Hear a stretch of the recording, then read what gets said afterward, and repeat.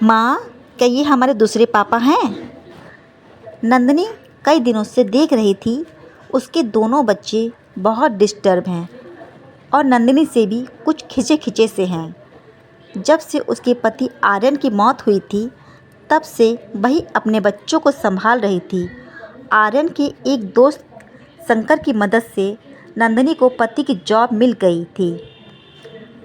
पति की अचानक मौत से नंदिनी बहुत टूट गई थी, लेकिन बच्चों को देखकर जी रही थी। आज जो बात उसके दोनों बच्चों ने कही, ऐसा तो नंदिनी कभी सोचा भी नहीं था। माँ, ये शंकर चाचा जब देखो तब हमारे घर आते रहते हैं, मुझे ज़रा भी पसंद नहीं है। नन्हे पीयूष की बात सुन नंदिनी आश्चर्य से उसे देखने लगी। 12 साल का लड़का ये कैसी बातें कर रहा है? पर क्यों बेटा, आप तो जानते हो आपके पापा के जाने के बाद ये हमारी मदद के लिए हमेशा तैयार रहते हैं। आपको और निम्मी को कितना प्यार करते हैं, फिर भी आप ऐसे क्यों बोल रहे हो?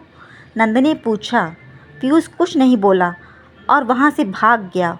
कुछ दिनों बाद 10 साल की निम्मी ने भी नंदिनी से वही बात कही तो नंदिनी सोच में डूब गई। आखिर बच्चे शंकर जी के आने से इस तरह का व्यवहार क्यों कर रहे हैं, जबकि वो तो हम सबकी खैरियत ही पूछने आते हैं। और आर्यन की डेथ के बाद मेरी नौकरी भी लगवा दी और बच्चों के लिए भी जब तब कुछ न कुछ लाता रहता था। इतना प्यार भी करता है।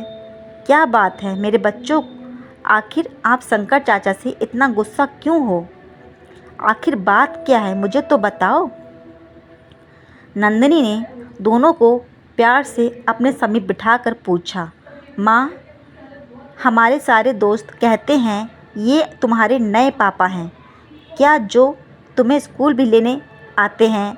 कितनी बार तुम्हारी मम्मी के साथ भी देखा है। यहाँ तक कि जो आंटियाँ इधर घर के पास रहती हैं वो भी ऐसा ही कहती हैं। बच्चों के मुंह से ये सुनकर नंदिनी धक्क सी रह गई। मैं शंकर चाचा से बात करूँगी, उन्हें आने से मना करूँगी, नंदिनी कहकर बच्चों के पास ही लेट गई।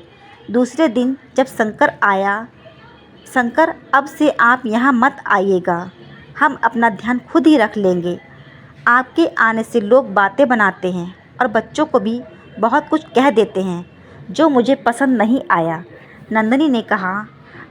अरे ये कैसी बातें कर रही हैं आप? नंदिनी जी, जब आर्यन नहीं है तो मैं हूँ ना आप सबकी देखभाल करने के लिए। किसी को कहने से क्या हो सकता है? वैसे क्या आपको नहीं लगता बच्चों को पापा की ज़रूरत है? शंकर बात पूरी भी कर ना सका था कि चटाक की आवाज़ गूंज गई। मैं तो आर्यन का अच्छा दोस्त समझकर तुम्हें घर में आने देती थी।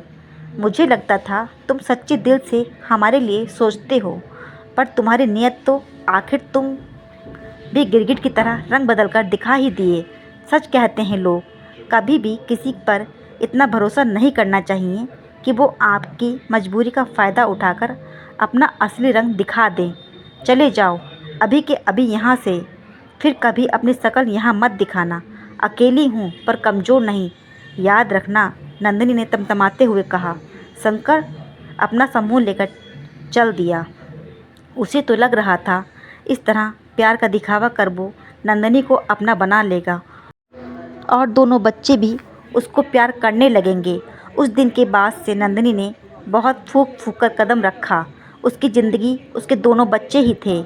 उसने वादा किया कि मैं अकेली हूँ, कमज़ोर नहीं, मेरे दोनों बच्चे ही मेरी ताकत हैं। अब उसके दोनों बच्चे भी बहुत खुश थे क्योंकि अब उनकी माँ को कोई कुछ नहीं कहता था। लोगों की जुबान अब बंद हो चुकी थी। दोस्तों, आज की हमारी स्टोरी आपको कैसी लगी? अच्छी लगी हो तो प्लीज़ लाइक, सब्सक्राइब, शेयर करना ना भूलें। Thank you.